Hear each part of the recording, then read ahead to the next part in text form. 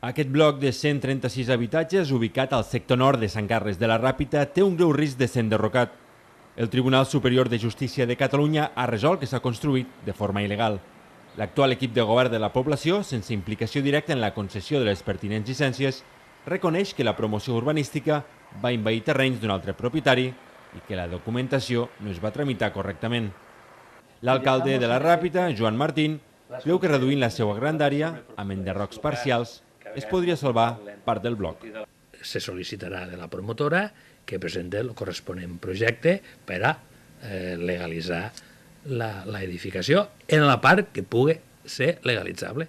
La part que no ho pugui ser, adaptant-nos a la normativa d'aplicació, doncs, lògicament tindrà que ser enderrocada.